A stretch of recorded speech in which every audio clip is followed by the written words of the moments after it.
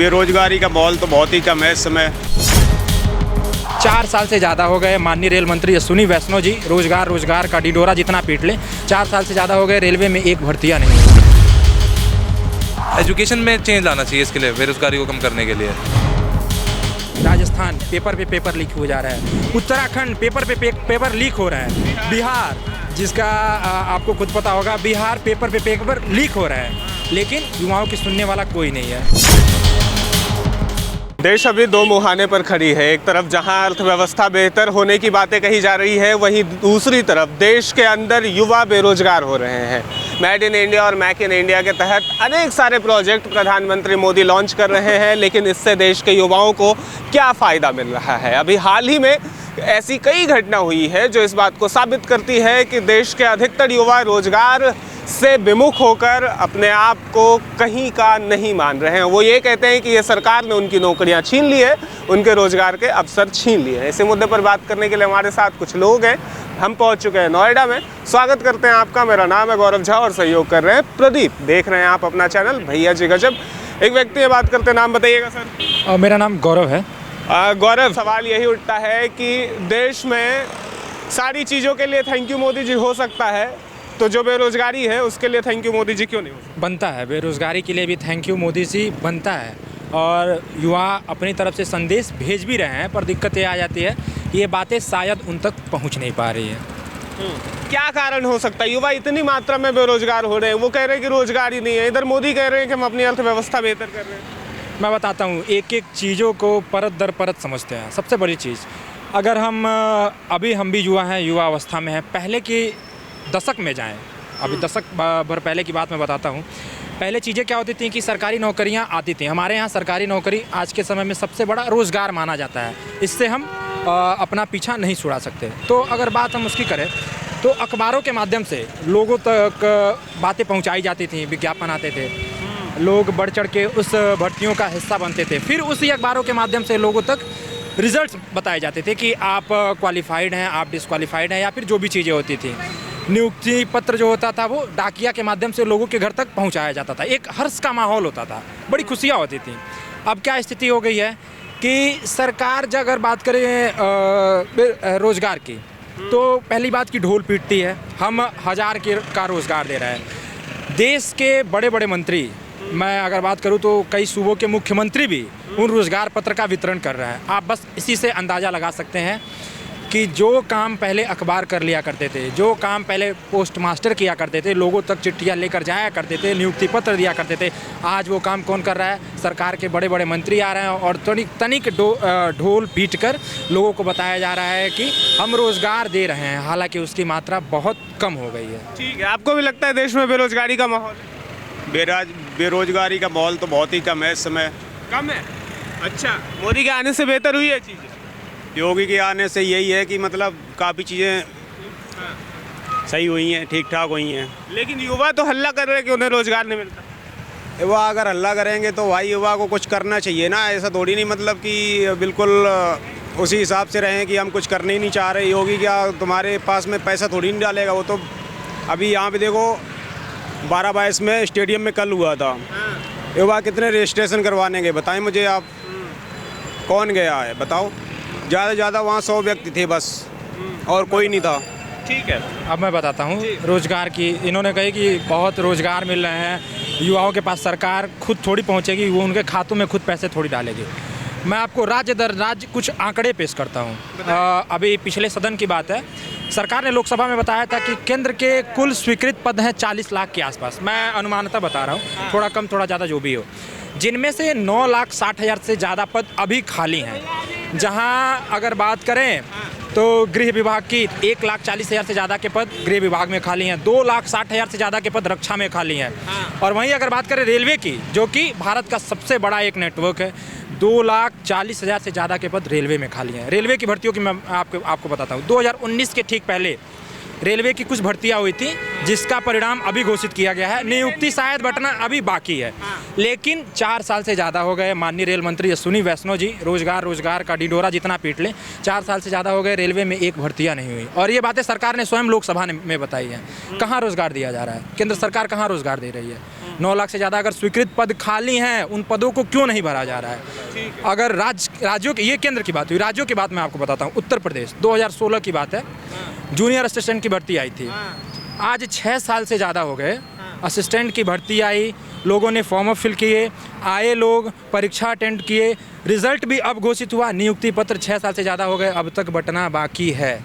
झारखंड की बात बताता हूँ आपको, 2005 की बात है, एक नियुक्ति आई, उसका वितरण, नियुक्ति पत्र अब जाके वितरित हुआ है। 5 और 23, 15 साल से ज़्यादा का समय हो चुका है। ये हाल है देश में युवाओं की। राजस्थान पेपर पे पेपर लीक हो जा रहा है, उत्तराखंड पेपर पे पेपर लीक हो रहा है, बिहार जिसका आपको खुद पता होगा, बिहार पेपर पे पेपर लीक हो रहा है, लेकिन युवाओं की सुनने वाला कोई नहीं है। अगर वो प्रदर्शन करते हैं, पहले वो पढ़ता है, संघर्ष करता है, परीक्षा देने जाता है, परीक्षा के लिए लड़ता है, लाठी खाता है, फिर रिजल्ट के लिए लाठी खाता है, उसके बाद नियुक्ति के लिए भी लाठी खा रहा है। ये दशा है देश में युवाओं की। ठीक है, आपको भी लगता है मोदी सरकार आने के बाद बेरोजगारी का जो आलम है वो बैठा है?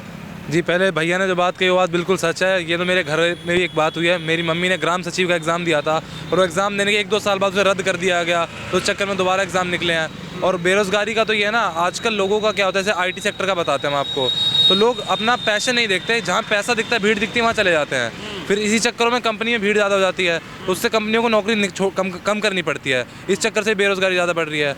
अब सरकार इसके प्रति कुछ कर नहीं रही कि एजुकेशन में चेंज लाना चाहिए इसके लिए, बेरोज़गारी को कम करने के लिए। ठीक है, आपको भी कुछ लगता है? जी, मैं इनसे बिल्कुल सहमत हूँ कि जैसे आजकल आईटी सेक्टर में काफ़ी ले ऑफ्स हो रहे हैं, मतलब इसी वजह से, क्योंकि भीड़ताल इतनी ज़्यादा हो गई है और जॉब्स कम है, तो वही है कि एम्प्लॉयज़ बढ़ते जा रहे हैं और जॉब्स की अपॉर्चुनिटीज़ कम है। तो जॉब्स की जो अपॉर्चुनिटी कम है, तो सरकार जनरेट भी तो कर सकती है। बहुत सारे ऐसे पद है जो कि खाली है, जैसे अभी ये बता रहे थे कि रेलवे में इतने पद खाली है, तो सरकार उन वैकेंट पदों को भर्ती क्यों नहीं? अब उन वैकेंट पदों को भरने के लिए सरकार को ना एक प्रॉपर प्रोसीजर नहीं है हमारे यहाँ। जो सरकारी साइट भी एग्जाम के लिए हमेशा क्रैश होती रहती हैं, फॉर्म भरने के लिए एक प्रॉपर प्रोसीजर होना चाहिए। और इसमें सरकारी से ज़्यादा मैं तो कहता हूँ सरकार को इस सेक्टर को प्राइवेटाइज़ कर देना चाहिए एम्प्लॉइंग का, ताकि मतलब कि उसमें करप्शन कम हो जाए। तो प्राइवेट सेक्टर में फिर भी सरकारी के कंपेरेटिवली करप्शन कम होता है। मेरा तो ये मानना है कि सरकार उसको प्राइवेटाइज़ कर सकती है एम्प्लॉयमेंट सेक्टर को। हाँ जी। देश के युवाओं को मोदी कह रहे हैं कि उद्यमी बनो, छोटे उद्योग अपने शुरू करो और उस हिसाब से आगे बढ़ो, ये कहाँ तक सही? मेरे हिसाब से तो ये ठीक नहीं है। मतलब युवा, इस समय युवा को ऐसा प्रेरित करना मेरे हिसाब से ठीक नहीं है, क्योंकि युवा की ये जो उम्र होती है, इस समय आपको मेन अपना ध्यान देना चाहिए कि आपको आगे क्या करना है। युवा का अगर ये काम रहेगा कि हम लोग को आगे मतलब देश के बारे में क्या सोचें, तो अपने एक तो युवा वैसे भी सीरियस नहीं होता, तो इतनी बड़ी रिस्पॉन्सिबिलिटी उनको सौंपना जो है वो ठीक नहीं होना चाहिए। आप बताइए, एक तो इतने सालों के बाद एग्जाम होता है, उसमें भी पेपर लीक हो जाता है। ये मसला सिर्फ एक सरकार या फिर राज्य सरकार का नहीं है, और विशेष तौर पे केंद्र सरकार को इस पर नज़र रखना चाहिए, व्यवस्था सुधार करना चाहिए। क्योंकि एक तो वैकेंट, जैसा आपने बताया, वैकेंट जो जॉब्स हैं वो भरती नहीं है, एग्ज़ाम जो होते हैं वो उसके बाद पेपर लीक हो जाते हैं। तो ये एक बहुत बड़ा मसला है जो कि सेंट्रल गवर्नमेंट को इसको ऊपर एक अलग से मेरे ख्याल से अलग से एक कमीशन बनाना चाहिए, एक अलग से स्ट्रक्चर तैयार करना चाहिए जो अच्छे से एग्ज़ाम कराकर बच्चों की वो पद खाली जो है वो फिलअप हो सके। ठीक है, और बाकी जो युवाओं का मसला है, जो युवा कह रहे हैं कि उन्हें रोज़गार नहीं मिलता, उसका क्या किया जाए? ठीक है, आपने कुछ देर पहले बोला कि छोटे उद्योगियों शुरू करें। हर चीज़ का जवाब सिर्फ स्टार्टअप नहीं होता। अगर मोदी जी या फिर योगी जी बोल रहे हैं कि एमएसएमई या फिर छोटी छोटी उद्योगों से आप जनरेट करें अपना इनकम, तो इसका जवाब ये नहीं है कि आप स्टार्टअप शुरू करें। आप पहले आप गवर्नमेंट आप जॉब अपॉर्चुनिटी लाइए, है ना। बच्चे अब 12 पास होकर अब सिर्फ स्टार्टअप के बारे में नहीं सोच सकते। जो जॉब्स हैं पहले के, वो पहले आप उसे फिर से गेन कीजिए कि बच्चे वो जॉब कम से कम ले सके। और आप पूरी तरह से ये नहीं सोच सकते कि बच्चे अपना खुद का मसला सॉल्व कर लें। ये सरकार का भी एक कर्तव्य बनता है कि वो देखे सरकार उस पर। कभी कभी ऐसा लगता है कि पीएचडी की पढ़ाई करने वाले लोग 8वीं पास का फॉर्म भर के आ जाते हैं। ये बेरोज़गारी का आलम बता रहा है। मैं वही कह रहा था कि देश में बेरोज़गारी की स्थिति बहुत ख़राब है, और सरकार लगातार कहती है कि हाँ हमने ये रोज़गार दिया। या फिर मैं बात करूँ अगर, तो कई सारे ये जो छोटी छोटी चीज़ें आई एमएसएमई की, अभी इन्होंने बात की कि हाँ उसके माध्यम से लोगों को छोटा ऋण भी मुहैया कराया गया कि आप अपना उद्योग स्वयं भी शुरू कर सकते हैं, जिसको आत्मनिर्भर भारत का भी एक नाम दिया गया था। बुरा नहीं है आत्मनिर्भर भारत, लेकिन ये बुरा कहाँ बन जाता है जब युवाओं से फोर्सली कहा जाता है, किसी पर जिम्मेदारियां जबरन ढकी जाती हैं कि आप ये क्यों नहीं करते। अब एक पढ़ा लिखा युवा है आप उसके हिसाब से उसका जीवन उसको व्यतीत करने दीजिए। अगर वो पढ़ना चाहता है, अगर वो सरकारी नौकरियां करना चाहता है, वो आपसे प्रश्न क्यों पूछ रहा है? क्योंकि आपके पास नौकरियां हैं और आप दे नहीं रहे हैं। आप जबरन अगर कहेंगे कि हाँ आप आत्मनिर्भर भारत के जरिए जाइए और छोटे छोटे ऋण उठाकर आप व्यवसाय कीजिए, ये चीज़ें उसके लिए गलत है। आपको भी ऐसा लगता है क्या? कांग्रेस के समय में ऐसे ही IAS IPS बन जाते थे क्या लोग, जो अभी आरोप लगा रहे हैं? नहीं, देखिए सब समय कुछ ऐसा रहा है कि सरकार आई है, जॉब दिए, जॉब अपॉर्चुनिटी कमी हुई है, लेकिन युवाओं का कहना है जॉब मांगना। लोकतांत्रिक देश का यही तो फ़ायदा है कि अब सरकार पर सवाल उठा सकते हैं। मगर हालांकि मोदी सरकार भी आज काम कर रही थी कि उनको भी किसी परिस्थिति से जुड़ना पड़ा। जैसे हमारा 2020 कोविड काल से गुजरा था तो सरकार डगमगाई थी। हालांकि जॉब की कमी है वो बात सही है, मगर सरकार इस पर काम कर रही है और मुझे विश्वास है कि 2024 के पहले जॉब मिलेंगी लोगों को। ये तो आप प्रवक्ता की तरह कहने लगे। ऐसा कुछ नहीं है, देखिए उम्मीद की किरण सब जगह जगी हुई है, बाकी करना सरकार के हाथ में है। सिविल सर्विसेज के एग्जाम देने के लिए लाखों लोगों की भीड़ होती है, उसमें से कुछ सेलेक्ट हो जाते हैं और उसके बाद PCS की तैयारी करने में लग जाते हैं। उसके बाद निचले पोस्ट के लिए, लेकिन निचले पोस्ट के लिए डेट नहीं आती, डेट शीट के इंतजार में बच्चे रह जाते हैं। उम्र ऐसे ही IAS IPS की तैयारी करते करते गुजर गई थी, अब जीवन भी खराब। यही दिक्कतें हैं। अगर वही चीज़ें अगर सिविल सर्विसेज ना क्रैक कर पाए युवा, ठीक है थोड़ा नीचे आते हैं, PCS की बात करते हैं, ना PCS कर पाए और भी बहुत सारी चीज़ें SSC है या फिर बैंकिंग है, रेलवे है, बहुत सारी चीज़ें हैं जहाँ जगह खाली हैं, उनके लिए विकल्प वो बन सकता है। वो वहाँ से एक बेहतर ज़िंदगी व्यतीत कर सकते हैं। ना IAS IPS सही, एक सरकारी कर्मचारी के रूप में, चाहे वो रेलवे की बात करें, चाहे वो बैंकिंग की सेक्टर की बात करें, चाहे वो चिकित्सा सेक्टर की बात करें, चाहे वो शिक्षा सेक्टर की बात करें, वो वहाँ जाके एक ससम्मान ज़िंदगी व्यतीत कर सकता है। लेकिन यही उनके साथ बुरा होता है कि चीज़ें सुचारू रूप से संचालित नहीं होती हैं, जिसका परिणाम होता है कि वो युवा किसी काम लायक नहीं रह पाते। और लोग कभी लगता है आपको कि देश में मसला जो है वो हिंदू मुसलमान का ही है, बाकी रोजगार बेरोजगारी ये सब तो दूसरी बात? मैं वही सोचता हूँ कि भारतीय जो मेन स्ट्रीम मीडिया है ये क्या कवर कर रही है। मैं खोल कर बैठता हूँ 8 बजे से 10 बजे के बीच में, तो देखता हूँ कि यही चल रहा है।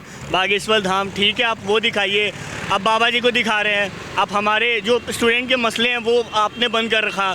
2 से 3 दिन ये मेन स्ट्रीम मीडिया पे चला पेपर लीक का मामला, उसके बाद बिल्कुल ख़त्म हो गया, उसके बाद किसी का ध्यान है ही नहीं।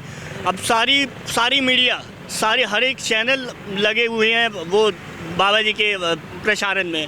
तो और हमारी जवाबदेही क्या बनेगी उनसे, या फिर उनकी जवाबदेही हमसे क्या बनती है? आप सरकार को ये समझना चाहिए कि ऐसा स्ट्रक्चर बनाए, या फिर मीडिया को भी ये समझना चाहिए। मैं तो बोलता हूँ आपको भी, आप ये सब मसले आप रिकॉर्ड कर रहे हैं, हमारे बात आगे पहुँचती है, लेकिन ये मेन स्ट्रीम मीडिया करे तो ज़्यादा बेहतर है, ज़्यादा जल्दी तक पहुँचता है। और लोगों को बहुत, मेरे ख्याल से बहुत ज़्यादा एक्सपेक्टेशन है आपसे, हमसे, सबसे।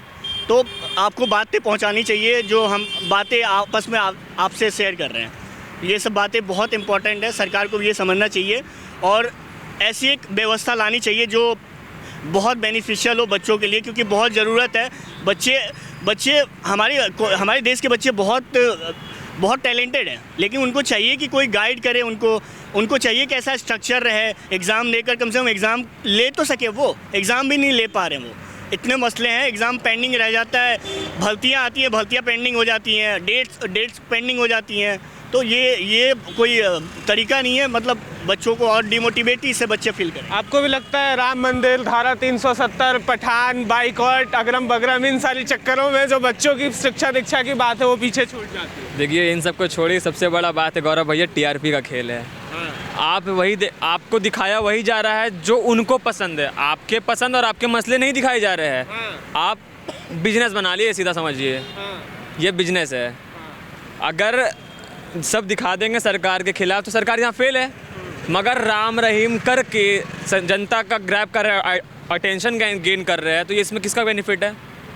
हम वही ना, हमारे चलते नहीं ना दिखा रहे हैं आप कि हम क्या किससे प्रॉब्लम से जूझ रहे हैं। जो दिखा रहे क्या कि जो आपको पसंद है, हमारे पसंद का दिखाइए। जैसे कि आप अभी कर रहे हैं, बेरोज़गारी पे बात कर रहे हैं, ऐसे मेन स्ट्रीम मीडिया से राहुल भाई ने कहा, ऐसे मेन स्ट्रीम मीडिया अगर करे तो बेहतर होगा, आवाज़ जल्दी पहुँचेगी। खैर आप भी, हम एक माध्यम बने केंद्र सरकार पर हमारी बात पहुँचाने का, तो बात सही है।